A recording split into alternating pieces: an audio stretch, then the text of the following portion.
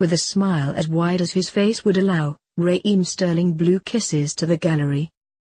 If one young man symbolises all that is admirable about this Manchester City team, it is Sterling.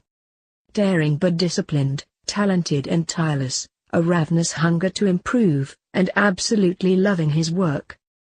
That slice of melon grin after he struck his 12th Premier League goal of the season, a goal that took a victorious outcome from inevitable to absolute certainty, said it all. It was a smile that had spread from one Etihad end to the other by the conclusion of yet another swaggering exhibition. Not their most brilliant, not their most fluent, but still swaggering. Sergio Aguero was, well, Sergio Aguero, magnificently predatory, deserving of records and headlines. But Sterling was at the fizzing center of this routinely accomplished performance. Only a week ago, Sterling was the victim of a shocking, racial attack just hours ahead of the match against Spurs. He was brilliant against Tottenham, he was brilliant here. Not much phases Sterling. He scored 2 against Tottenham, he scored 1 here. It was an important goal, a lot of Sterling's are. Not nearly as important as those late winners against Huddersfield and Southampton, but important in the sense it eliminated that sand-grain size element of doubt that lingered as City struggled to add to Aguero's early header. Actually, sand-grain is overstatement. This was pretty much a formality from start to finish. This was a Bournemouth team who sat back on a 3-goal deficit, for goodness sake. Yes, it is a thankless task. Yes, the gulf in whatever sense you come up with, is enormous, but one of the finest English coaches did not even go near any rabbit-holding hats. There were no surprises from Eddie Howe, just an exercise in damage limitation. The damage was always going to arrive.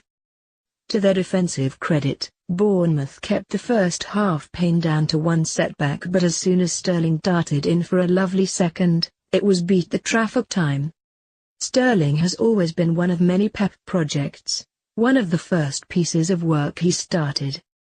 It began with the phone call before the pair had even hooked up, a reassuring mobile chat during Sterling's miserable time at Euro 2016. "As long as you work for me, I'll fight for you," Guardiola told his player. "Keep your head up, don't worry. I know you are a good player and you are a big part of my plans."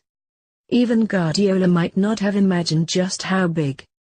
Big in a physical sense, his muscularity no longer making him a pushover target, his fitness facilitating an 80-yard sprinter's dash in the closing stages of a non-stop contribution. Big in a footballing sense, Guardiola rightly highlighting Sterling's heightened footballing intelligence, knowing when to dribble, when to pass, when to have a pop, when to pass. After Aguero had headed in Bernardo Silva's cross, Sterling's nicely weighted pass gave the Argentine the hat-trick chance. Aguero spurned it, unlike Danilo, who gave another Sterling ball the thanks it deserved. No wonder Guardiola was so effusive about Sterling. With and without the ball, he is so aggressive and so intense, and now he is enjoying scoring goals. In the past it was a bit scary for him. In this startling run, nothing is scary for City and for Sterling. "Our approach to football is a football of joy," said Ederson, the Glenn Hoddle who plays in goal for City. "No one is more joyous than Sterling right now.